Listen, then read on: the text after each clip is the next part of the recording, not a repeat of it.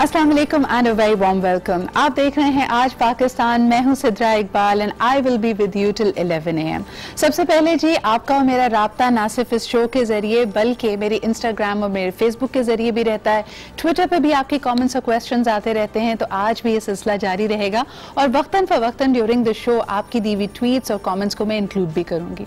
लेकिन आज जिस बात से मैं प्रोग्राम की शुरुआत करना चाहती हूँ वो है हमारे ज़ाब्ते, कवानीन और रूल्स। हमें याद रखना चाहिए कि हमारी दुनिया में जंगल का कानून एक तरह से पावर प्ले तो है लेकिन जंगल का कानून नहीं है। हमने कवानीन बनाए हैं जिसमें हमारी कोशिश ये रही है, चाहे आप दुनिया के किसी भी आइन को उठा लें, कि जो सबसे कमज़ोर तबका है उसको भी इक्वल राइट्स दिए जाएं। लेकिन ऐसा लगता है कि हम इन तमाम इदारों को, लॉ इन्फोर्समेंट एजेंसीज को, बल्कि इन तमाम रूल्स को जो हमने बड़ी मेहनत से, बड़े असबाक सीखने के बाद बनाए हैं, उनको हम किसी भी मौके पे बालाए ताक रख देते हैं। आज भी एक ऐसा तबका हमारे माशरे में पाया जाता है जो इदारों पर, कवानीन पर, प्रोसीजर्स पे हावी होना चाहता है और कहीं ना कहीं हम उनको होने भी देते हैं। और जब हम इस रविश को रोकते नहीं हैं, आगे चलने देते हैं, तो फिर जिंदगी तमाशा बन जाती है। इस पर मजीद भी बात करेंगे, लेकिन सबसे पहले दुनिया भर की चीज़ों पर नज़र डालते हैं, खुसूसन जिसको दुनिया का सबसे ज़्यादा ताकतवर तरीन मुल्क या रियासत तस्वुर किया जाता है, अमरीका। वहाँ पे क्या कवानीन है? अगर वहाँ के सदर से कोई गलती होती है या उनको ऐसा महसूस होता है कि उसने झूठ बोला है, कोई ऐसी उनके लिए जो अपहोल्ड रखने वाले प्रिंसिपल हैं उसकी पासदारी नहीं की, तो वहाँ के माशरे में हमने कई ऐसे आपके पास इंसिडेंसेस आएंगे, चाहे वो बिल क्लिंटन की बात की जाए, निक्सन की बात की जाए, कि लोगों ने फिर अपने सदर को इम्पीच किया है, उसका एहतसाब हुआ है।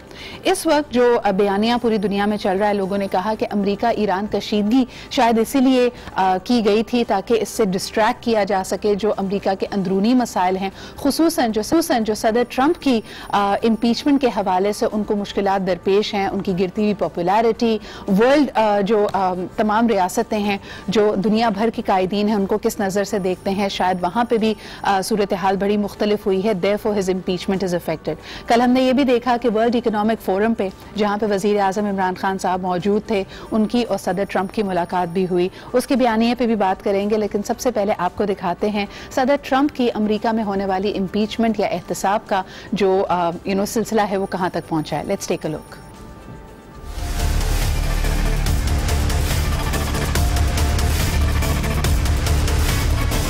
इख्तियारात का नाजायज इस्तेमाल और ऐवान नुमाइंदगान के काम में मदाखलत का इल्जाम। अमरीकी सदर के खिलाफ मुआवजे की कार्रवाई का बाकायदा आगाज हो रहा है। अमेरिकन ने अपने अपने दलाइल की ब्रीफिंग सेनेट में जमा करा दी है। मुकदमे की समाअत के दौरान सेनेटर्स हफ्ते में 6 दिन और दिन में 6 घंटे दलाइल सुनेंगे। कार्रवाई की सदारत अमरीका के चीफ जस्टिस जॉन रॉबर्ट्स करेंगे। Trial of the impeachment of Donald John Trump, President of the United States, now pending. You will do impartial justice according to the Constitution and the laws. So help you God. I do. Trump के वकला की team ने कहा है कि Trump बहुत जल्द senate से बरी हो जाएंगे। मुखालिफ सेनेटर्स का कहना है कि सदर का तर्ज अमल धोखाधही पर मबनी है। ट्रंप अमेरिका के तीसरे सदर हैं जिन्हें मुआवजे की कार्रवाई का सामना है। जी जनाब, और ये मुआवजा किस तरह आगे बढ़ेगा इस पर हमारी नज़र रहेगी। लेकिन आपने भी शायद एक मीम देखी होगी, कहानी सुनी होगी बचपन में, कि किस तरह एक शहजादी को या एक आम लड़की को एक मेंढक मिलता है और उस मेंढक को वो शहजादा बना देती है बिकॉज उसको किसी जादूगरनी ने मेंढक बनाया होता है। अभी जो मेगन और हैरी की सूरत हाल है, दुनिया इस बात पे बात कर रही है कि ये पहली लड़की है जिसने एक शहजादे को दोबारा से मेंढक या एक आम आदमी बना दिया है।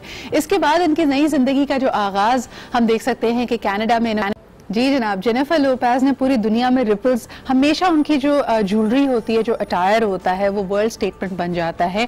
और यही कुछ हुआ एट द सैग अवार्ड्स यानी स्क्रीन एक्टर्स गिल्ड अवार्ड्स, जिसमें कहा जा रहा था कि उनके जगमगाते हीरे के नेकलेस से लोगों की निगाहें नहीं हट रही थी। लेकिन एक और चीज़ जिसने पूरी दुनिया में खबरों को अपनी तरफ मुतवज्जा कर लिया, वो था जी ब्रैड पिट का और जेनिफर एनिस्टन का मिलना बैक स्टेज पे।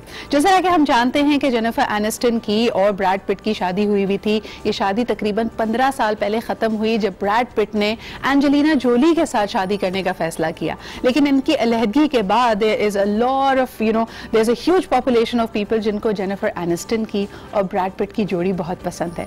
तो लोगों ने कहा दैट पर्टिकुलर मोमेंट जब ऑफ स्टेज इन दोनों की एक तरह से मुलाकात हुई, that really touch people's heart. और एक तरह से अगर आप इस वक्त गूगल पे देखें तो Brad Pitt and Jennifer Aniston reunite, ये काफ़ी मेरे ख्याल में चर्चा में है, इसकी काफ़ी सर्चेस की जा रही हैं। वैसे तो ये 2 ही तस्वीरें जिसमें लगता है कि ये दोनों अलहदगी के बाद भी they good friends, they can at least एक दूसरे को रिस्पेक्ट के साथ मिल सकते हैं, देख सकते हैं। वो तस्वीर लुनने आई तो शायद लोगों ने ये अंदाज़ा लगाना शुरू किया कि पॉसिबिलिटी है वो सारा दोनों मिलकर बैठ जाए।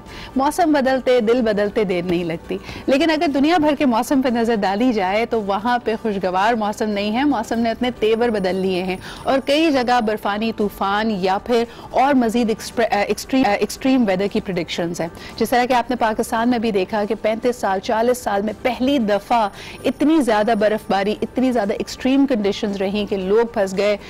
इंचेस में नहीं फीट्स में बर्फ पड़ी है और यही कुछ हाल पूरी दुनिया का है। आइए एक नज़र डालते हैं दुनिया भर के बदलते हुए मौसम पे।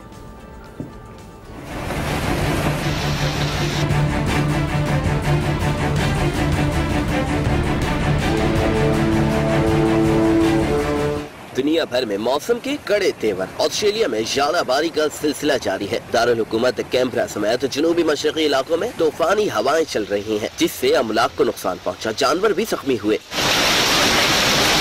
स्पेन में तूफान ग्लोरिया के बाद बर्फबारी और तेज हवाओं से निजाम जिंदगी दरहम बरहम हो गया। समंदर की लहरें बुलंद हो गईं। रेड अलर्ट जारी कर दिया गया।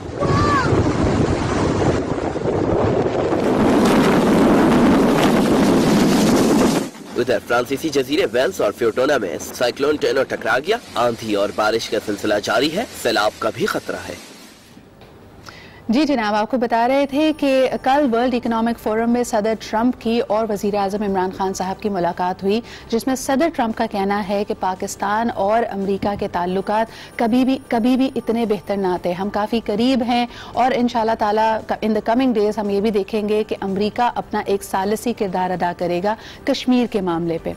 लेकिन उससे भी बढ़कर ये कि अगर हम अपने अंदरूनी सूरत हाल देखें, क्योंकि हम इंस्टीट्यूशंस की बात कर रहे थे, पीस कीपिंग की बात कर रहे हैं और हक़ खुद रायदही, यानी जिस तरह आप अपने सेंटिमेंट्स का इजहार कर सकें, ये बड़ा इंपॉर्टेंट है। एक दफ़ा फिर आपको एक नज़र डालते हैं हम कश्मीर के इस वक्त के मामलात पर और उसके बाद प्रोग्राम को आगे बढ़ाते हैं। Let's take a look at what is happening in Kashmir, खास तौर पर मकबूजा कश्मीर की इस वक्त क्या सूरत हाल है। आइए आपको दिखाते हैं। यही सूरत हाल डिस्कस की वज़ीर आज़म इमरान खान ने वर्ल्ड इकोनॉमिक फोरम पे। उम्मीद है कि इसके ऊपर दुनिया भर के कायदीन, दुनिया भर के जो लीडर्स हैं वो अपनी नज़रसानी करेंगे और यकीनन कश्मीर के लिए कोई हल तलाश करने के लिए सभी कोशिश होंगे। अभी लेते हैं हम एक छोटा सा ब्रेक से जैसे ही वापस आए तो हमने यहाँ पे जिक्र किया पाकिस्तान की अब थोड़ी सी मुतनाज़ा हो जाने वाली फिल्म जिंदगी तमाशा का। असल मसला क्या है, क्यों इसका दोबारा से तनकीदी जायज़ा लिया जा रहा है, इस पर बात करेंगे एक छोटे से ब्रेक के बाद।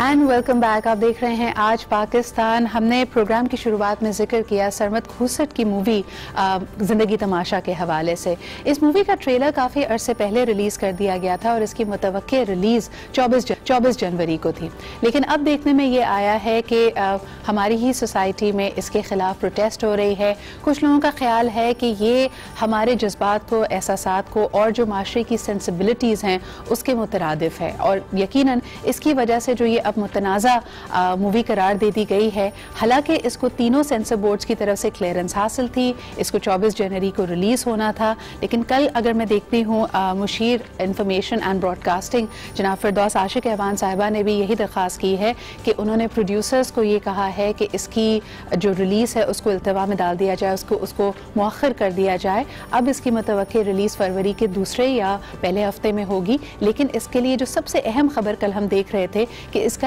एक दफ़ा फिर तनकीदी जायज़ा लिया जाएगा। एक नया बोर्ड तश्कील दिया गया है और जिन्होंने इसके अगेंस्ट जो कंप्लेनेंट थे, जिसकी कोई लीगल वैल्यू तो नहीं है, लेकिन जिनका कहना था कि उनको एतराज़ है इस मूवी में, उनके भी एक नुमाइंदे को इस बोर्ड में शामिल कर लिया गया है। सबसे पहले आपको इसके प्रोमो का एक छोटा सा हिस्सा दिखाना चाहेंगे, फिर इसके अलावा आप ट्विटर पे या हमारे इंस्टाग्राम एंड फेसबुक पेजेस पे बता सकते हैं कि आपका इसके बारे में क्या ख्याल है। आपको इसी हवाले से बताते चले कि सरमद खुसट ने 2 ओपन लेटर्स वज़ीर आज़म पाकिस्तान साहब के लिए लिखे और ये कहा कि उनको क्यों उनके क्रिएटिव लाइसेंस से उनकी ability to tell a human story, उनका इरादा किसी भी तबके को नुकसान पहुंचाना या उनकी दिल आज़ारी करना नहीं था, वो एक ह्यूमन स्टोरी सुनाना चाहते हैं। क्यों हमारा माशरा इतना तंग नज़र हो गया है कि उसको अब्जॉर्ब नहीं कर पा रहा, is a question that he raise. लेकिन इससे भी बड़ा एक जो टेक्निकल इशू है इसके हवाले से, उस पर हम बात करेंगे, लेकिन पहले आपको दिखाते हैं इसका एक promo, part of its promo. I don't no आपका क्या अंदाज़ा है, लेकिन मैंने जितनी इसकी झलकियाँ देखी या इसके कुछ डायलॉग सुने, मेरा अंदाज़ा ये है कि it is about a video that goes viral about a person. और ये वाकई हमें अपने माशरे में कई ऐसी मिसालें मिलेंगी कि किसी की पर्सनल वीडियो, किसी की प्राइवेट वीडियो अगर वायरल हो जाती है तो उसकी ज़िंदगी किस तरह तमाशा बनती है। आपको याद होगा कि एक आंटी का मीम बड़ा वायरल होता है जिसमें बार बार बात की जाती है कि ये बिक गई है गवर्नमेंट। क्या आपको पता है कि इसके बाद उनके साथ भी इसी तरह का सोशल स्टिग्मा अटैच हो गया, उनके साथ उनके पूरे के पूरे मोहल्ले ने नाता तोड़ लिया, उनको इतना ज़्यादा उनको स्टिग्मेटाइज किया गया कि उनकी बच्ची हो गई and she was literally left alone.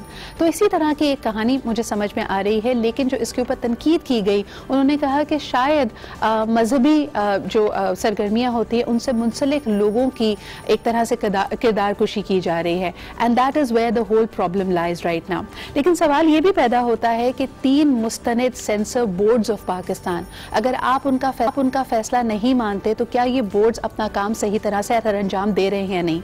इस वक्त इसका दोबारा से तनकीदी जायजा लेना इस बात की तरफ इशारा करता है कि आपने उनके पहले दिए हुए फैसले को रद्द कर दिया है। That is a question which is a more technical question. इसमें लोगों की आरा इस वक्त बटी हुई है। आप इस बारे में क्या सोचते हैं, हमें ट्विटर पे बताइए। इस वक्त आप देख सकते हैं कि हैशटैग विद सरमद खुसट ट्रेंड कर रहा है, क्योंकि तमाम ही लोग जो शो बिजनेस से ताल्लुक रखते हैं और इस बात पे यकीन रखते हैं कि लोगों के पास अपनी बात कहने का हक होना चाहिए, क्रिएटिव लाइसेंस होना चाहिए, वो सरमद के साथ खड़े हैं। बहरहाल जी, इसका तनकीदी जायजा लेने के बाद क्या फैसला होता है ये भी हम आपको बताएंगे। आपकी क्या राय है ये आप हमें ट्विटर पे बताइएगा। इस वक्त लेते हैं एक छोटा सा break, we'll be right back.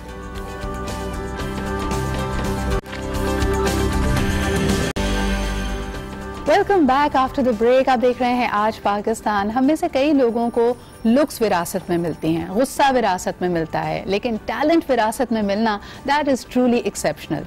लेकिन कभी कभार लोग ये बात भी करते हैं कि अगर आपके वालिदैन में से कोई बहुत ज़्यादा मशहूर हो, बहुत ज़्यादा अकम्पलिश्ड हो, तो शायद आपके लिए प्रेशर बहुत ज़्यादा बढ़ जाता है। अभी हाल ही में हम इसी हवाले से एक डिबेट भी देख रहे थे, तो किसी ने बड़ा अच्छा कहा कि स्टार चिल्ड्रन की अपनी स्ट्रगल होती है, जिसपे एक दिल जले ने पलट कर कहा, भाई इनकी स्ट्रगल वहाँ से शुरू होती है जहाँ हमारे ख्वाब पूरे होते हैं। इसमें कितनी हकीकत है ये हम जानेंगे, क्योंकि आज हम मिलने वाले हैं पाकिस्तान के लिविंग लेजेंड अताउल्लाह ईसा खेलवी साहब के साहबजादे से, जिन्होंने मौसीकी की दुनिया में अपना नाम बनाया है। इनके कई गाने आप कोक स्टूडियो पे देख चुके हैं, ज़बरदस्त आवाज़ है, लेकिन इनसे भी जानेंगे कि क्या अपने लिए एक मुनफरिद मकाम बनाना इनके लिए मुश्किल रहा।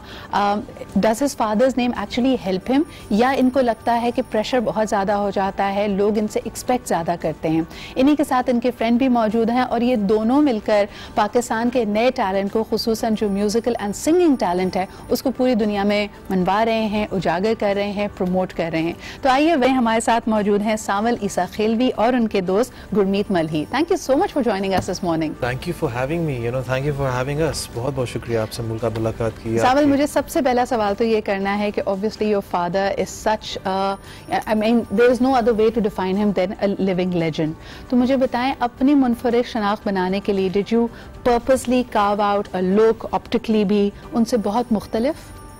जी देखिए, आर्ट जो है वो विद इन होती है, ठीक है, वो प्योर तभी होगी जब मैं करूँगा। सही। कोई मुझ पे इन्फ्लुएंस करेगा, वो आर्ट नहीं होगा, वो बिजनेस होगा। सही। ठीक है। So it's up to me, if I want to make a space in your heart, तो मुझे एक आर्टिस्ट बनकर आना होगा, नॉट अ बिजनेसमैन। बिजनेसमैन मेरे से बेहतर भी होंगे, मेरे से बुरे भी होंगे। सही। तो अगर मैं एक strategy as a businessman बनाता हूँ, आप पे वो काम करेगी महीना साल, उसके बाद कोई और टेक ओवर कर लेगा। There always a better business strategy. लेकिन आप लोगों की एवोल्यूशन अंडर द माइक्रोस्कोप होती है ना, कि किस तरह का म्यूजिक करते हो, कैसे दिखते हो, क्या बिजनेस ऑप्शंस या आर्ट चॉइसेस कर रहे हैं। मुझे ये बताइए कि I am sure that you are also influenced by your father's genre of music, लेकिन क्या अपने लिए कोई बिल्कुल ही जुदा रास्ता चुना है? मैंने वो रास्ता चुना जो मेरे दिल ने कहा है। अच्छा। और इनिशियली बेसिकली मैं एज अ प्लेबैक आर्टिस्ट था, प्लेबैक सिंगर था, और मैं वेस्टर्न म्यूजिक से बहुत इन्फ्लुएंस था। फिर मेरी जो ज़बान है सराइकी, उस सराइकी में जो मुझे एक डेप्थ और एक मिठास मैं कहूँगा, but I am gonna go more towards darkness. हमारी सराइकी ज़बान में जो एक डार्कनेस है, जो शायर लिखने वाले थे और हैं, बहुत सी उस इलाके की जो महरूमियाँ हैं वो बयान करते हैं। I think all great music comes through that. आप देखें जैज एंड द ब्लूज, जो माशरे का सबसे कमजोर तरीन पिसावा तबका था, उनकी आवाज, उनका गुरमीत, तो आपकी भी कोशिश यही है कि जैसे सावल ने कहा कि पहले हम देखते थे 80 की दिहाई माना जाता है कि सबसे ज्यादा मुश्किल तरीन दौर था, आमिराना दौर था, लेकिन some of the best talent of Pakistan had come out at that time. यानी लोग अगर रेगिस्तानों में जाके भी रेशमा जैसी आवाज को ढूंढ लिया करते थे। आज इतनी टेक्नोलॉजी होने के बावजूद जो हमारे बहुत टैलेंटेड यंगस्टर्स हैं, वो मंजर आम पे उस तरह आ क्यों नहीं पाते? Absolutely, I think I fully concur with your statement, and I think हमारा ये मानना है कि in this digital world today, the talent exists, and we just need to go a little more deeper and to search that talent. And और आजकल technology इतनी भारी है कि as an artist now आपकी complete look and basically it's a portfolio now that और इसमें मदद की ज़रूरत होती है। किसी के पास अल्लाह ताला ने खुदादाद सलाहियत तो दी है, लेकिन उसको नहीं पता कि अपने आप को प्रेजेंट कैसे करना है। तो सावल, अभी तक की डिस्कवरीज में, क्योंकि ख़ास तौर पे जो लोग अभी आपको देख रहे हैं, अगर उनमें से कोई आपको कांटेक्ट करना चाहे, आपकी कंपनी से रब्ता करना चाहे, तो क्या तरीका है? उसमें ऐसे कि जो हमारी कंपनी है उसका नाम है टोटल मल्टीमीडिया। ओके। या तो आप इसको गूगल कर लें, या दूसरी बात यह है कि आप savalissakhelvi.com पर जाइए और सारी इस कंपनी की इंफॉर्मेशन मौजूद है। इंस्टाग्राम पेजेस भी हैं, फेसबुक पेजेस भी हैं। तो ये दो वेज हैं जिसके लिए आपके लिए आसानी है, बिकॉज नॉर्मली अगर अदर वेज होता है बड़ा टेक्निकल हो जाता है देखने वाले के लिए। तो या तो आप गूगल करें टोटल मल्टीमीडिया, या savalissakhelvi.com पर जाइए और सारी इंफॉर्मेशन। ठीक है। और अभी तक की आपकी डिस्कवरीज में या आपको सबसे ज़्यादा रिस्पॉन्स पाकिस्तान के किस इलाके से आया?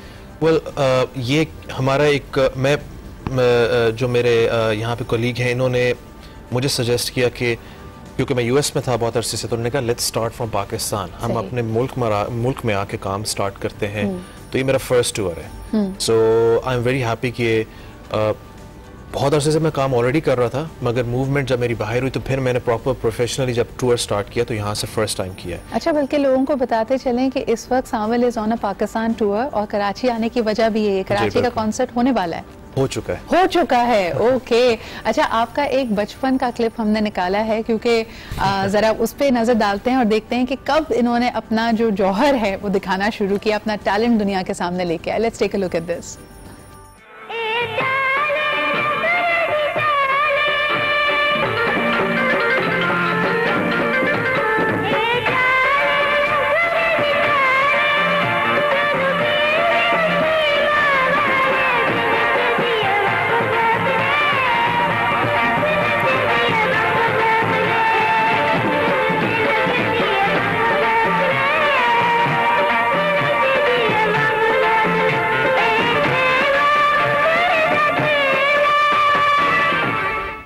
आई think this is one of the most famous songs out of Pakistan. और मैंने बहुत सारे, अगर आप अक्रॉस पाकिस्तान रोड ट्रिप्स कभी करें तो अताउल्लाह ईसा खिलवी साहब के बहुत सारे पोस्टर्स और उनके लिए जो लोगों का प्यार है वो आप देख सकते हैं कि they draw their own his own portraits. तो ये गाना मेरे ख्याल में आपके लिए तो कोई अनहोनी बात नहीं थी, रचा बसा हुआ होगा आपके लिए। बिल्कुल ऐसा ही है, बट चैलेंज ये होता है कि जब आप इतने लोगों के सामने खड़े होते हैं। How old were you in that clip? Probably 4. अच्छा, 4-5 4 साल की उम्र में, और डर लग रहा था ऑडियंस के सामने गाते तो हुए? अभी भी वो कुछ फेयर्स हैं फ्रॉम दैट टाइम, बिकॉज जैसे मैंने आपसे कहा कि मैं हमेशा से ही मेरी ये कोशिश रही है कि मैं अपने फादर के नाम को प्रिजर्व रखूं और उसको आगे लेकर किसी भी फील्ड में जाकर, बट वो एक चैलेंज लेकर आता है क्योंकि आप फिर उस पर एडिशनल प्रेशर लेते हो, आप अनड्यू प्रेशर लेना शुरू कर देते हो, फिर आप लोगों के सामने बैठते हो, फिर आपको एक एक चीज़ को नोट करना पड़ता है, आपको एक एक चीज़ ठीक करने की कोशिश करनी पड़ती है, तो it becomes really really hard. अता साहब की तरफ से क्या फीडबैक आती है? वो तनकीदी जायजा लेते हैं आपके गानों? बेसिकली वो बहुत कम रिव्यू करते हैं मेरे काम को, really? बहुत कम, और उसमें ये है कि सबसे पहले एम्फेसिस उनका था मेरी पढ़ाई पे कि अपनी एजुकेशन कंप्लीट कर लो, उसके बाद you can do anything you want. तो उसके बाद जैसे मेरे प्रोजेक्ट्स आते रहते हैं तो मैं उनसे लेता हूँ, but he stage minimal when it comes to reviewing. बिल्कुल सही। अच्छा, कोई गाना अपना गुनगुना के हमारे व्यूअर्स के लिए थोड़ा सा सुना देंगे? दिल के मुआमलात से अनजान तो न था, इस घर का फददा कोई मेहमान तो न था,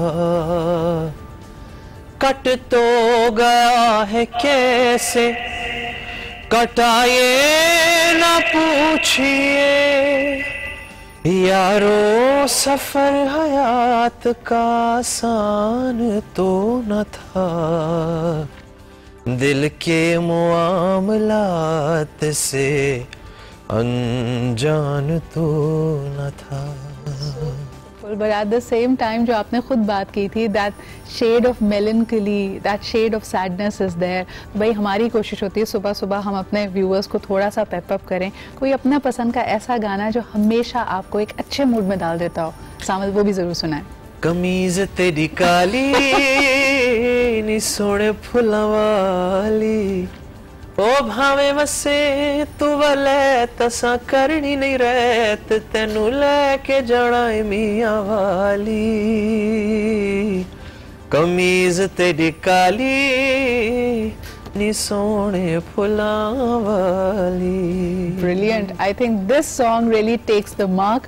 और मुझे अभी भी याद है कि इसकी वो जो फिल्म वाली क्लिपिंग थी कभी कभार पीटीवी पे भी चला करती थी, and of course playing for the live audience Ata sahab का हमें हमेशा याद रहेगा। So last question Samal, what is the future for total communications? कोई इरादा किया है कि 2020 में x number of talent discover करना है, या कोई songs otherwise what is in the pipeline, something exciting? Well, total multimedia के नीचे I am doing my new projects as well as we are here Karachi, Faisalabad, Lahore. हाँ। हम जा रहे हैं, हम कम्युनिकेट कर रहे हैं with people on the ground, और हम देख रहे हैं कि हम किस तरीके से वैल्यू ऐड कर सकते हैं for future interviews and projects, और हम ऑलरेडी यूएस में कॉन्सर्ट्स भी कर रहे हैं। जो प्लेटफॉर्म है, बिकॉज सनी साहब एक खुद साउंड इंजीनियर हैं and he is been working on live concerts for almost like I don't know 10 years, 10 years। तो उससे ये होता है कि he is got the entire infrastructure done, so he is here now, ताकि न्यू टैलेंट को हम एम्ब्रेस करें। जो एस्टैब्लिश्ड आर्टिस्ट हैं उनसे तो कम्युनिकेशन मुश्किल नहीं होती, बट जो न्यू टैलेंट है वो हम अब चाह रहे हैं कि हम उनसे फेस टू फेस लाहौर जाके मुलाकात करें, और नियर फ्यूचर में हम उनको टोटल मल्टीमीडिया के थ्रू। अच्छा सामल, वन थिंग आई नोटिस्ड, एक गैप मुझे जो नज़र आता है, अभी हाल ही में 2-3 इस तरह की म्यूज़िकल इवनिंग्स कंडक्ट की गई पाकिस्तान में। जो हमारे एस्टैब्लिश्ड स्टार्स हैं उनको शायद 90 की वो दिहाई याद है, वो इंटरनेशनली भी परफॉर्म करते रहे गुरमीत साहब, जिसमें वो लाइव ऑडियंस इंटरेक्शन से वाकिफ़ रहे हैं। जो हमारे यंग म्यूजिशियंस हैं, they brilliant at what they do, लेकिन लाइव कॉन्सर्ट, वो एनर्जी डालना, क्राउड को अपने साथ लेकर चलना, वहाँ पे गैप्स नज़र आते हैं। Have you felt that as well? Well, I think it's because हम लाइव एक्ट से थोड़ा सा, आई थिंक सनी भाई भी आपको बेहतर इस पे बताएंगे, आई थिंक कि हमने लाइव एक्ट से थोड़ा सा साइडलाइन करके हमने सोशल मीडिया पे इतना ज्यादा एम्फेसिस करना शुरू कर दिया है। हाँ। इतना ज्यादा कि जो लाइव कम्युनिकेशन है वहाँ हमें we just going back to we losing out because वो परफॉर्मर की वो ज़ील, वो एनर्जी, वो कनेक्शन क्राउड के साथ बनता ही नहीं है। ऐसा लगता है बहुत महंगा टिकट लेके एक सीडी सुन रहे हैं तो आपको you don't want that experience. आप क्या कहेंगे Gurmeet, what do you want to focus on, और इन नए म्यूजिशियंस को ऑडियंस के लिए, क्राउड के लिए, कॉन्सर्ट के लिए किस तरह तैयार किया जाए? So I think I'm going to second that what Samuel said. We've gotten away from the essence of the live performances. Yes. And I think that's what we're going to get into. To hone those skill into those young talents. So basically, it should be a total experience. It shouldn't be just like Ghana studio mein तैयार किया, and then as you rightly pointed out कि just give them the feeling of CD का button click हो गया and auto tuning हो रही है उसमें, and it is more of a cookie cutter approach. So we use very unorthodox approaches that the presenting an artist कि yes performance is there, but जो live का है that we've gotten away, but we need to bring that chemistry needs to be there. So going to a concert has to be an experience. आज भी देखें आप दुनिया के किसी भी मुल्क में जाएं, मुझे लगता है the biggest congregation of 35 plus people, जब आपको कोई पुराना बैंड पर जाने लग जाता है या ब्रायन एडम्स के आप इंटरनेशनल कॉन्सर्ट में चले जाएं, सारे आपको वो लोग नजर आएंगे जो उनके म्यूजिक को एंजॉय करते थे, but the energy truly mind blowing. बहुत बहुत शुक्रिया Gurmeet and Samal for being here. Wish you all the very best. और काश हमें पहले पता होता भाई, हम भी कराची वाले कॉन्सर्ट में चले जाते. नेक्स्ट वाले से पहले आपने बताना जरूर है. और अभी लेते एक छोटा सा ब्रेक, वापस आएंगे. We have brilliant topics lined up. उसके लिए आप जाएं जरा इंस्टाग्राम पे और फेसबुक पे, पता चले आपको कि टॉपिक क्या है और उस पर बात करते हैं. Stay with us.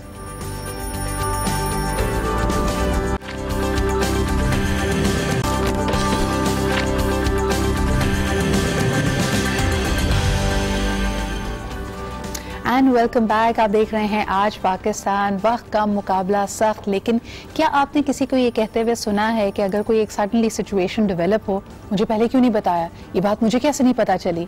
ये अक्सर गुफ्तगू हम अपने घरों में सुनते हैं, ख़ास तौर पे अगर बड़ा ख़ानदान हो. बात कब पक्की हुई, बच्चे का एडमिशन कब हुआ, आप कब कनाडा चले गए, देयर इज़ ऑलवेज समथिंग जिसमें आपको ये फील होता है कि शायद उस कॉन्वर्जेसन से आपको एक्सक्लूड किया गया हो. और ये मेरे ख्याल में हमारा जो इनेट एक फियर होता है, फियर ऑफ अबैंडनमेंट, कि शायद हम तन्हा रह गए, सारे हमसे अलग हो गए हैं और हमारा दिमाग एक स्पिन ऑफ में चला जाता है. कई लोगों की शख्सियत या पर्सनालिटी का ये हिस्सा ही बन जाती है, यानी उनको बार बार ये लगता है कि सब लोग एक ग्रोह हैं और ये ग्रोह मेरे खिलाफ है और ये मेरे लिए कोई ना कोई साजिश बुन रहा है. और इसके अलावा भी अगर हम देखें कि जितने भी फैशन, फैड्स, ट्रेंड्स हम माशरे में देखते हैं, एक पता नहीं क्या भेड़चाल होती है कि हम सबको उसको फॉलो करना ज़रूरी होता है. इस चीज़ को मार्केटियर्स ने नाम दिया है फियर ऑफ मिसिंग आउट को. आप ये देखिए कि जितनी हमारे पास इस वक्त मार्केटिंग कम्युनिकेशन आ रही है, वो बार बार आपको एक ही मैसेज दे रही है, जिंदगी ना मिलेगी दोबारा, कल हो ना हो, जो कुछ है आज है, जिंदगी को एंजॉय कर लो, वेकेशन पे भी आज ही चले जाओ, बिलियनियर भी आज ही बन जाओ, खूबसूरत भी आज ही हो जाओ, पतले भी आज ही हो जाओ.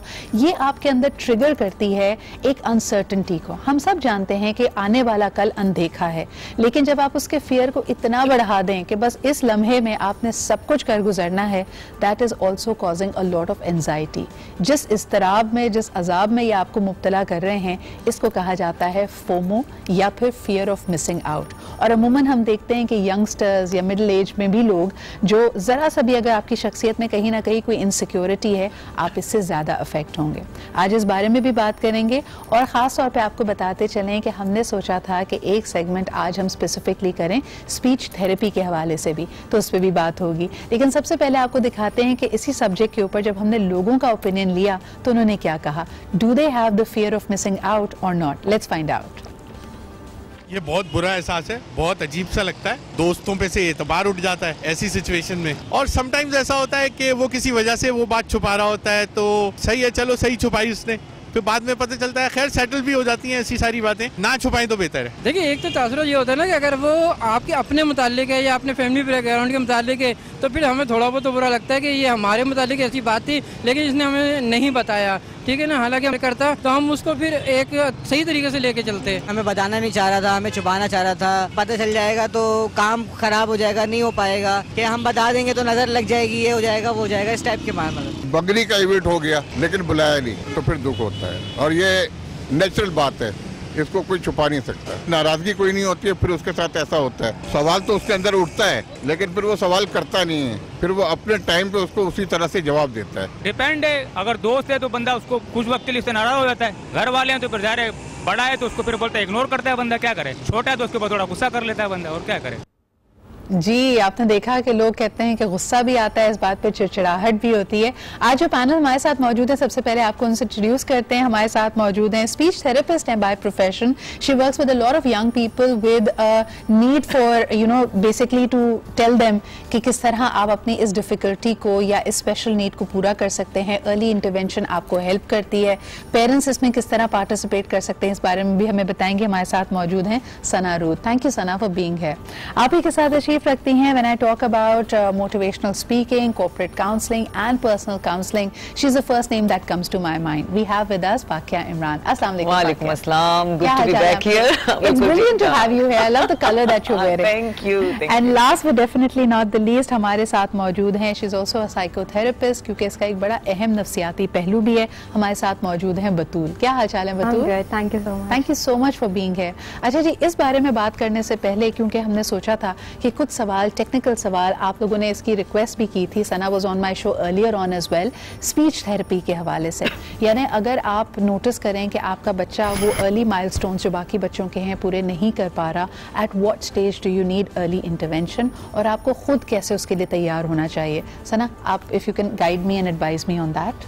अर्ली इंटरवेंशन में देखें, हमारे यहाँ पे ऑनेस्टली स्पीकिंग इतना मेन कॉन्सेप्ट नहीं है। लोगों इवन के बच्चे की पैदाइश के बाद बहुत सारे पेरेंट्स को ये नहीं पता होता कि उनका बच्चा डाउन सिंड्रोम है। वो लेटर ऑन तो है वो जो है उनको पता चलता है कि उनका बच्चा डाउन सिंड्रोम है या स्पेशल है। मिसलीड बहुत किया जाता है, प्रॉपर उनको गाइड नहीं किया जाता कि अगर आपका बच्चा इतनी एज में क्रॉल नहीं कर रहा, या अगर उसकी स्टैंडिंग नहीं आ रही, उसकी सिटिंग नहीं आ रही है, या हेड कंट्रोल नहीं है, तो देयर इज समथिंग रॉन्ग। वो कहते हैं ना, रेड अलर्ट बढ़ जाता है कि भाई there is something wrong and we have to look after के सारी चीजें चेक करें कि प्रॉपर क्या है।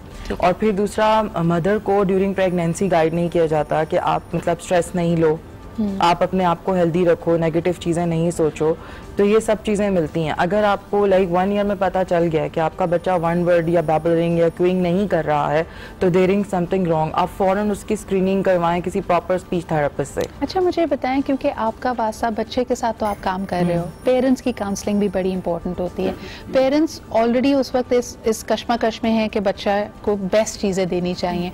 उन पे कभी आपने ये प्रेशर फील किया है कि उनकी एक्सटेंडेड फैमिली या ग्रैंड पेरेंट्स उन पे क्या प्रेशर डालते हैं कि हमें भी बताओ, हमसे मशवरा लो, कभी गलत गाइड भी कर देते हैं? ऐसा होता है? True and it's a natural fact. हमारी जो 90% फैमिली जो मैं केसेस देखती हूँ, जो मेरी प्रैक्टिस में है, 90% मदर्स आके ये कहती हैं हम इसलिए लेट हो गए जी, मेरी सास ने बोला था कि ये ठीक हो जाएगा, हमारा फलां बच्चा देर से बोला। हाँ। या लाइक हम ये या होता है ना कि नहीं बोल पड़ेगा, क्या हो गया।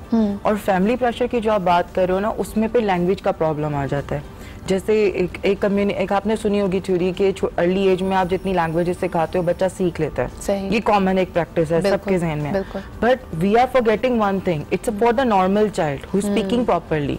अब जो बच्चा डिलेड स्पीच है, आप उसके ऊपर इतना एम्फसाइज करोगे कि वो उर्दू भी बोले, इंग्लिश भी बोले, आप उसको एक लैंग्वेज तो जनरेट होने दें, वो तो बोलने दें। मजीद कंफ्यूज करते हैं। But going back to your earlier point, Fakia, ये जो आज का हमारा टॉपिक है fear of missing out, I want to understand how it plays out in the family. आप अक्सर देखें, जिस बच्ची की घर में अगर बहन भाइयों में पहली शादी हो जाती है, शी इज ऑलवेज थिंकिंग कि यार मैके में कुछ ऐसा हो रहा है जो मुझे पता नहीं है, या मुझसे बात छुपाई जा रही है। There is always that inherent fear of rejection, abandonment, need for validation. How do you understand this phenomena of fear of missing out? देखिए, this is very very interesting. हुआ ये है कि I think so in last 2 decades ना बहुत सारे slangs आ गए और बहुत सारी चीजों को टर्म्स मिल गई हैं। हाँ। ये चीजें पहले भी हुआ करती थी, perhaps we didn't have the terms, तो हमें मालूम नहीं होता था। अब वो फोमो सारों को पता है कि फोमो क्या चीज है। लेकिन मैं अभी सुन रही थी, इससे पहले भी वो जो जिस तरह लोगों से भी जो पूछा जा रहा था, आई थिंक 2 चीजें थोड़ी सी मिक्स हो जाती हैं बीच में।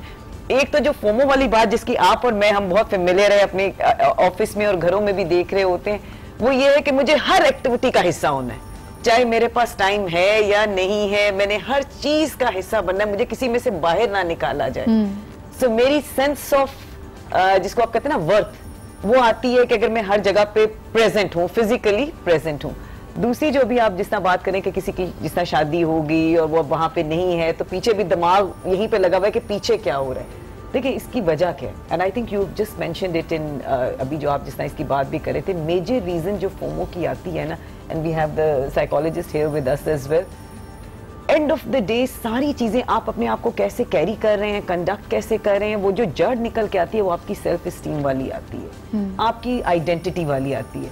अब अगर आपको खुद से वो खाना नहीं मिल रहा या वो अंदर से वो स्ट्रेंथ नहीं मिल रही है, तो आपको वो स्ट्रेंथ बाहर से कहीं ना कहीं से चाहिए। लेकिन इसमें नुकसान क्या होता है?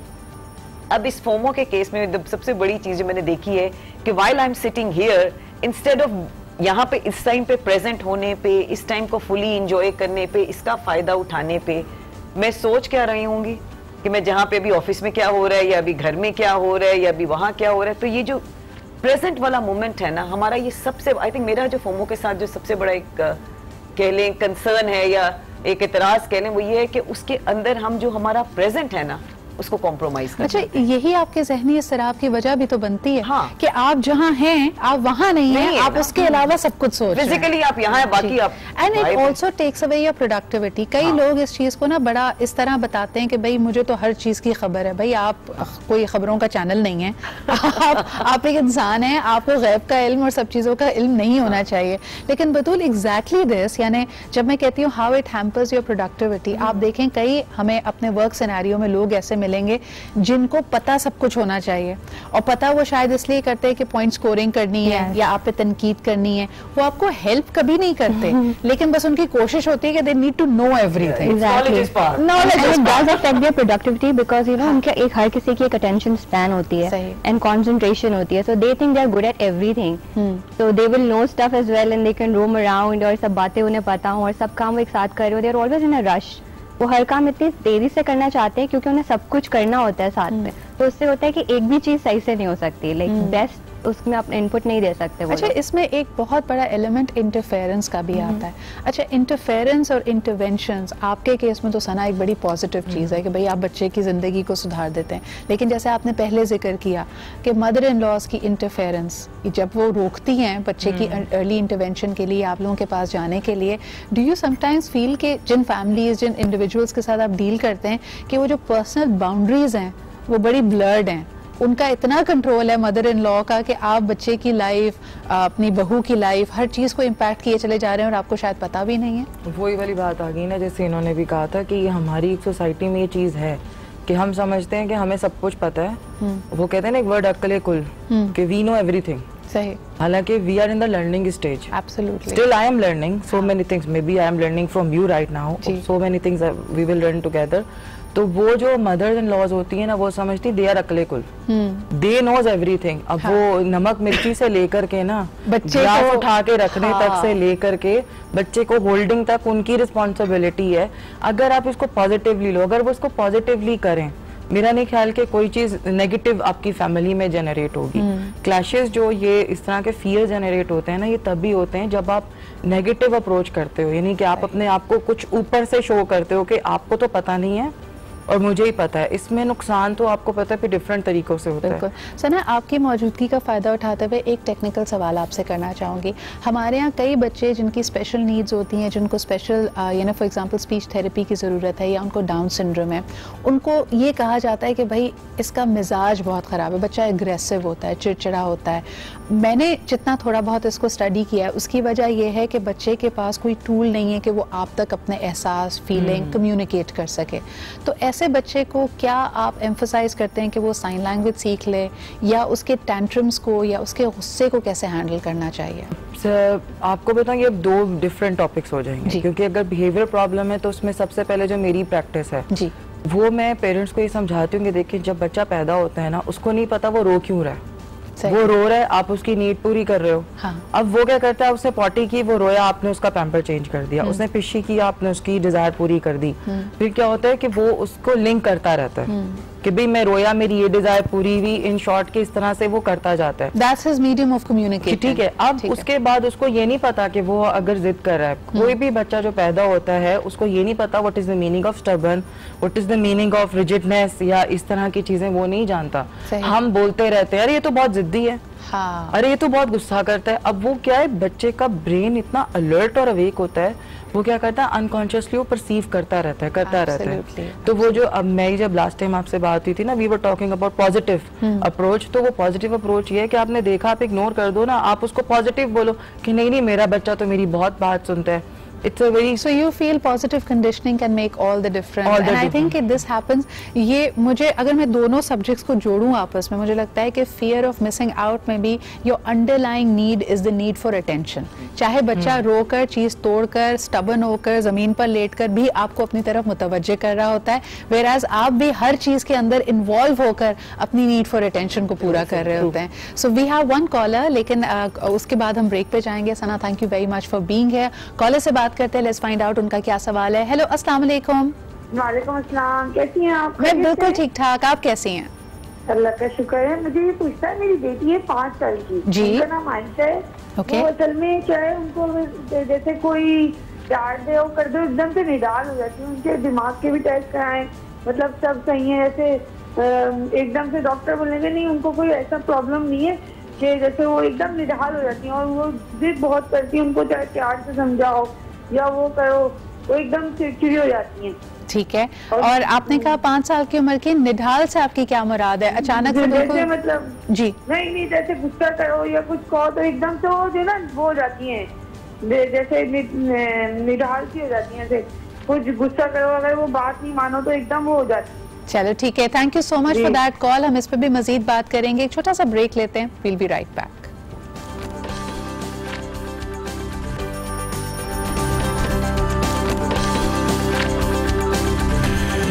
आउट मेरे पास 2-3 कॉल्स आई, इंस्टाग्राम पे भी मैं देख रही थी, लोगों ने कहा जी ये केड़ी बला है. तो सबसे पहले तो हम कोशिश करेंगे अपने पैनल के जरिए आपको समझाने की कि what is the fear of missing out. Missing out से मुराद हुई कि कोई भी ऐसी चीज़, कोई भी ऐसा प्लान जिसका आप पार्ट नहीं है और आप जानबूझ के ज़्यादा कोशिश करके, चेज करके, खोज लगा के, स्पाइंग करके उसका हिस्सा बनना चाहते हैं. या इसको दूसरे फिनोमेना में देख लें, चीज़ें जो आप अफोर्ड नहीं कर सकते लेकिन आपको कहा गया भाई वहाँ बड़ा मज़ा आएगा, तो आप खींच तान के, उधार मांग के, किसी भी तरह आप उन फंड्स का अरेंज करें कि आपको वो चीज़ मिल जाए. And that is what all the marketeers are banking on. तभी आप सेल्स में जाते हैं, बिकॉज आपको लगता है अगर सेल में आपने कोई ज़बरदस्त प्राइस मिस कर दी तो इससे बड़ा ज़िंदगी में नुकसान कोई नहीं हो सकता. इस पर बात करने के लिए अब हमारे पैनल में ज्वाइन किया है अली रज़ा ने, who is also an RJ. अस्सलाम वालेकुम अली, क्या हाल चाल? सेहतयाबी की बहुत बहुत मुबारकबाद. सुना है आप बीमार हो गए थे बहुत ज़्यादा? हाँ, मुझे लंग इन्फेक्शन हो गया था. और उसमें पहले इजहार अफसोस से पहले आपको बताते चलें कि ये सुबह 6 बजे ठंडे पानी से खुद नहाए थे, बगैर किसी को इनको गन पॉइंट पर नहीं रखा था. हाँ जी, क्या फियर ऑफ मिसिंग आउट था? किधर जाना था तुमने नहा धो के सुबह सुबह? बस वो एक हैबिट बनी हुई है कि whenever we go out of the house it's necessary to take a shower, whether it's for a small thing और अ बिग थिंग. तो बस सुबह सुबह मुझे एक काम था, I took a shower and I just went out. कभी तुम्हें होता है fear of missing out? बहुत ज़्यादा. बहुत ज़्यादा. बहुत ज़्यादा. You born with it. Yes. मुझे लगता है तमाम नौजवानों को होता है. हमें ट्रेन ही ऐसे किया गया. पहले हम छोटे होते थे तो सारे, अगर आप देखें स्कूल में क्लास 5-6 तक, everybody was wearing similar shoes. हमारे एक ही जैसे पेंसिल केसेस होते थे, 2-3 के बटन ज़्यादा होते होंगे लेकिन ऑलमोस्ट एक जैसे होते थे. या वो पेंसिल्स होती थी जिसमें आप द निब्स आप डालते रहते थे, लेड जो होता था.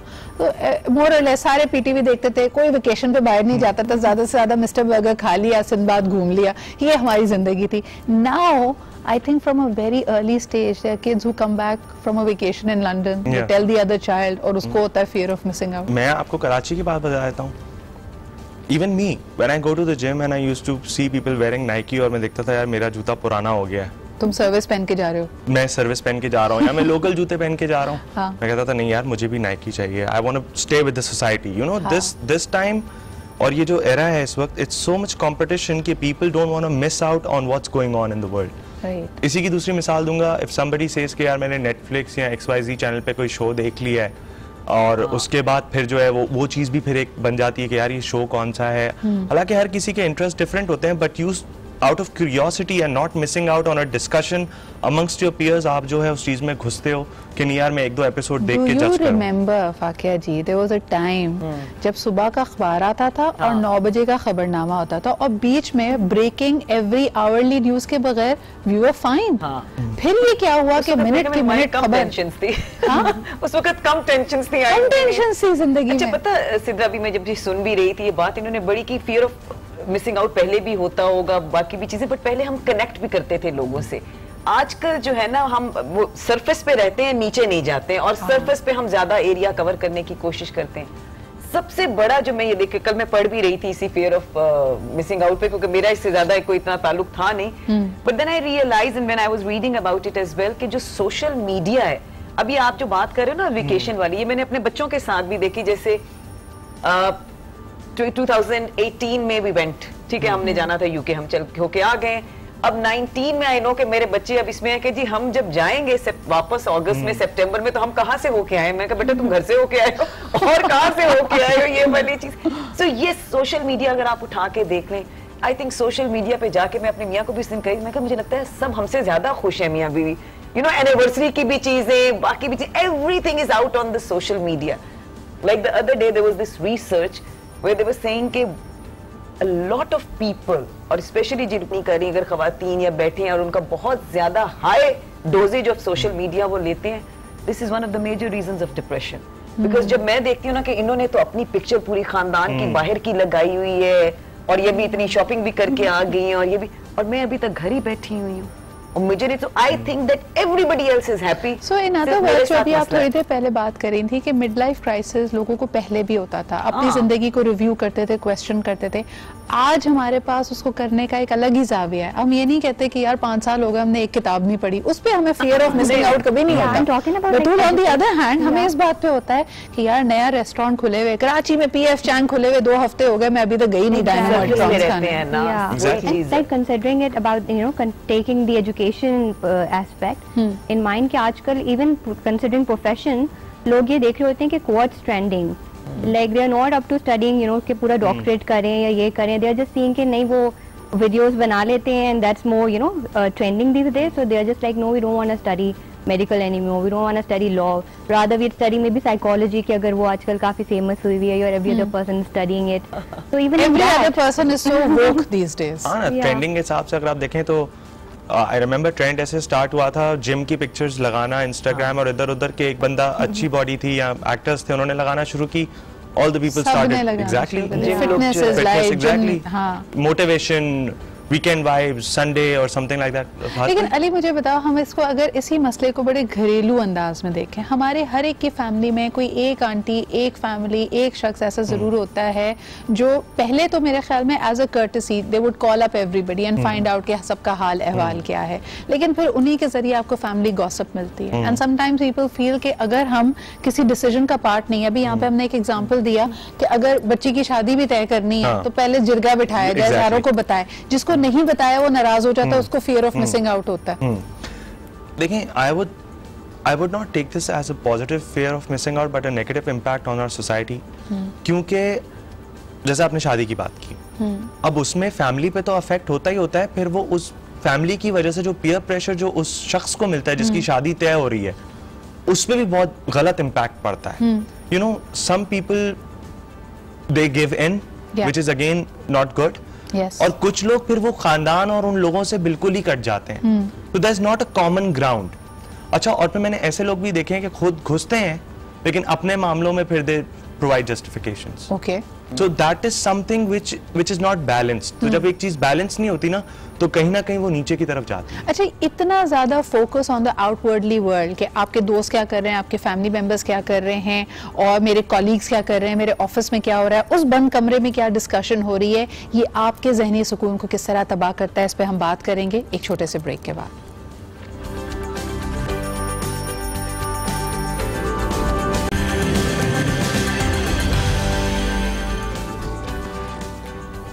Welcome back. कहा जाता है कि जितनी आपकी इस्तात होगी, जितनी आपका ग्रे मैटर होगा, आप उसी तरह का सवाल करेंगे, वही आप कुछ खोजेंगे।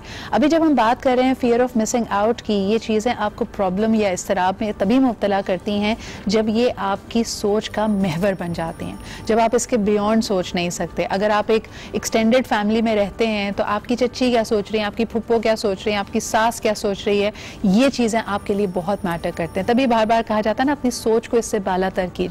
जो लोग यानी माशरे में अपना मकाम बनाते हैं, अक्सर आप देखें, अगर सफ़ेद पोशी की बात की जाए, उनके पास ये सब कुछ नहीं था, लेकिन शायद वो उनके लिए इम्पोर्टेंट भी नहीं था। आज हमने अपनी ज़िंदगी को इतना सतही कर लिया है कि यही चीज़ें हमारे यहाँ कामयाबी की ज़मानत है। हम ये नहीं देखते कि किसने कितनी किताबें पढ़ी हैं, हम ये देखते हैं उसके पास कितनी गाड़ियाँ हैं, वो कितने मुल्कों में घूमा है, उसने कहाँ कहाँ जाके तस्वीर खींची है।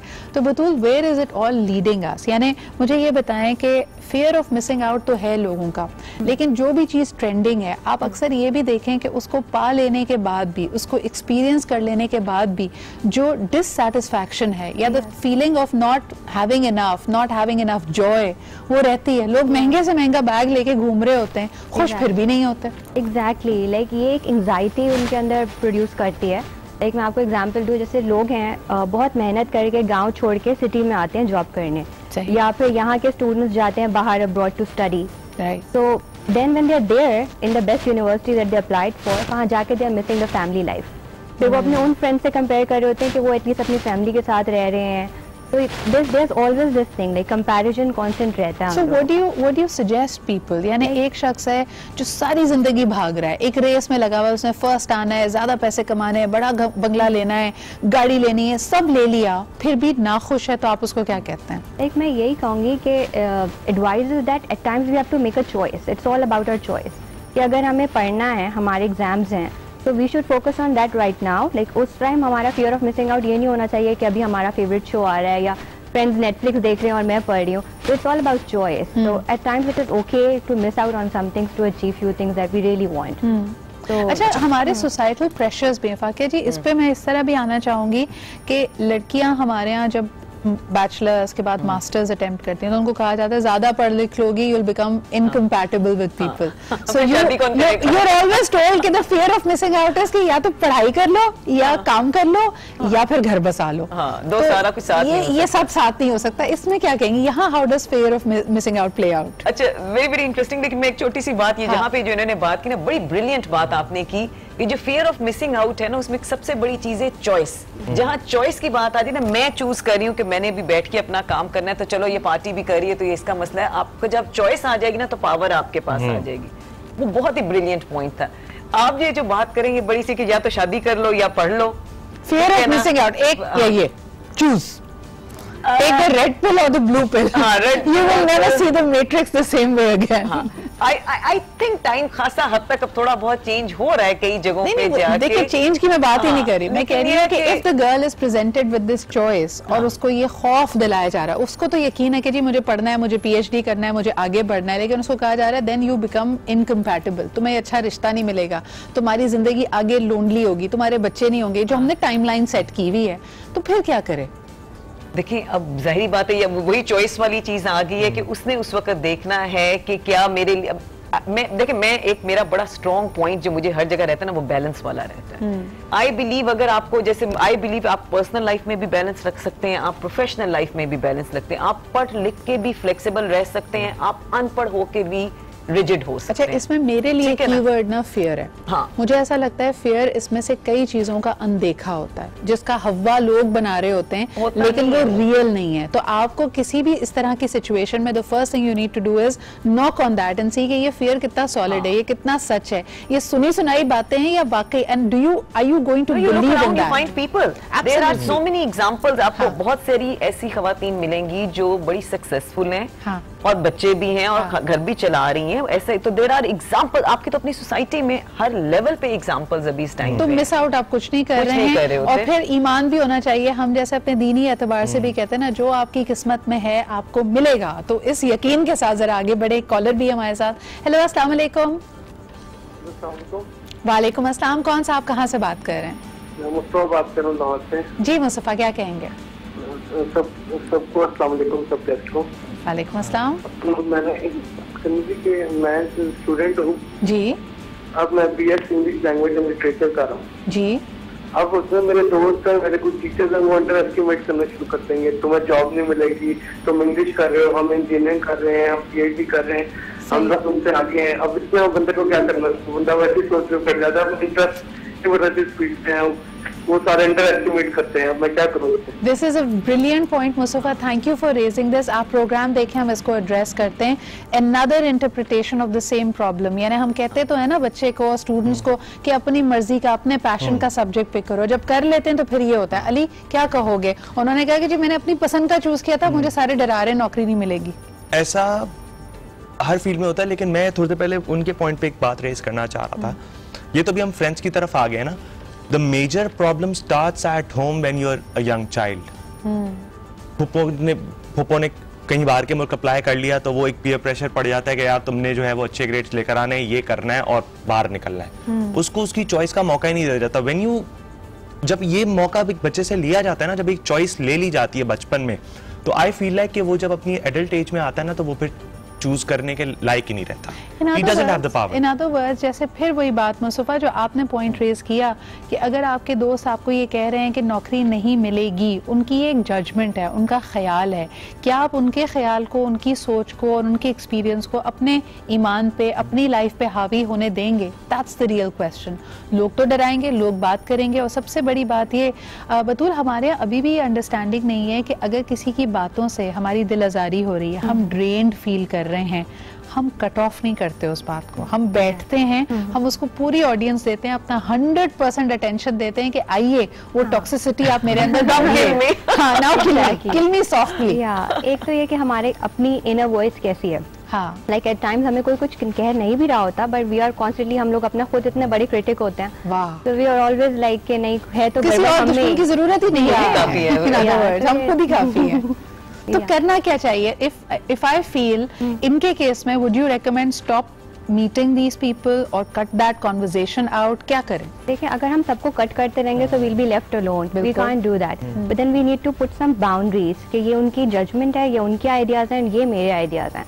So it's like पहले तो आप सिचुएशन को अंडरस्टैंड करें, and then after understanding we should just really accept कि कहाँ तक लोगों के इश्यूज हैं, कहाँ पे मेरी अपनी वॉइस भी यही कह रही है। Do you agree with it or not? मुझे कभी-कभी ऐसा लगता है कि हमारे इर्द गिर्द के लोग वही बात करते हैं जो कहीं ना कहीं खदशे के तौर पे हमारे जहन में ऑलरेडी। देखिए, अभी ये जो बात कह रहे हैं ना, जिस साहब ने भी अभी बात की कि मैं लिटरेचर का स्टूडेंट हूँ और बाकी जो है इंजीनियरिंग पढ़ रहे हैं, there are few realities as well.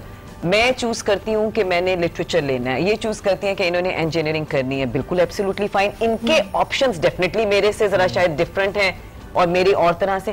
सो अगर मैंने एक चूज किया एक सब्जेक्ट, तो मैंने भी ये देख के चूज किया ना कि मुझे किस किस्म का फ्यूचर चाहिए। So then I need to have confidence in myself कि मैंने लिटरेचर लिया है, तो मैं कहूँ कि लिटरेचर करने के बाद मैंने जाके कॉर्पोरेट में जाना है या इसमें जाना है, हो सकता है मैं ना इंटरेस्टेड हूँ। फिर इशू ये है कि हमारा खुद का होमवर्क पूरा नहीं होता। नहीं, इशू फिर ये भी है इसका मतलब कि जो हमने फ्यूचर का एक विजन बनाया है, वो जो कहानी, वो मंजर हमने बनाया है, वो सबका कुकी कटर है। एवरीबडी वांट्स दैट 1000 गज का घर जिसमें बेहतरीन स्पेनिश टाइल्स लगी हुई हों और एक बड़ी सी गाड़ी। अरे why is our future looking so similar?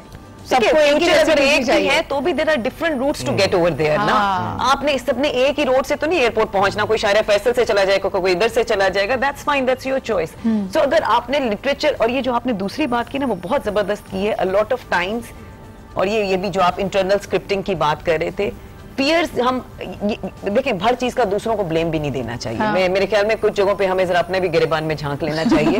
हर जगह पे हम कहते हैं जी फलाने के फियर्स मेरे अपने हैं, ठीक है, मैं खुद अब उसको नाम नहीं देना चाह रही, तो जब इन्होंने बात कर दी तो मैं अंडर प्रेशर आ गई। कम ऑफ इट भाई, आप हमें थोड़ा सा जो है ना, थोड़ा सा हर जगह विक्टिम प्ले करने से निकल आना चाहिए। होमो सेपियंस, होमो इरेक्टस, अपनी स्पाइन को जरा सा दूसरों पे, तो हमारे अपने फियर्स जो आपने भी बात की ना, बाज़ वो फियर्स हमारे अपने होते हैं। जैसे एक बात मैं हमेशा कहती हूँ, हम कहते हैं ना कि जी वक्त हमारा खत्म हो गया, लेकिन बड़ी आपने अहम बात की है कि ये खदशे हमारे अपने होते हैं, वो कह दें या वो कह दें तो वो तो सिर्फ आप ही की बात को एको कर रहे हैं, बिल्कुल इस तरह जैसे एक गूंज वापस आती है ना चीज की, वो हो रहा है आपके साथ। बहुत बहुत शुक्रिया Ali, Fakia and Batool being here with us. और अगर आप भी इस तरह के खदशात से गुजर रहे हैं, you have to become stronger. अपने विजन पे, अपने ईमान पे और अपने फ्यूचर के ख्वाबों पे खुद यकीन रखिए। इसी के साथ आपसे कल मुलाकात होती है, अपना ख्याल रखें, खुदा हाफिज।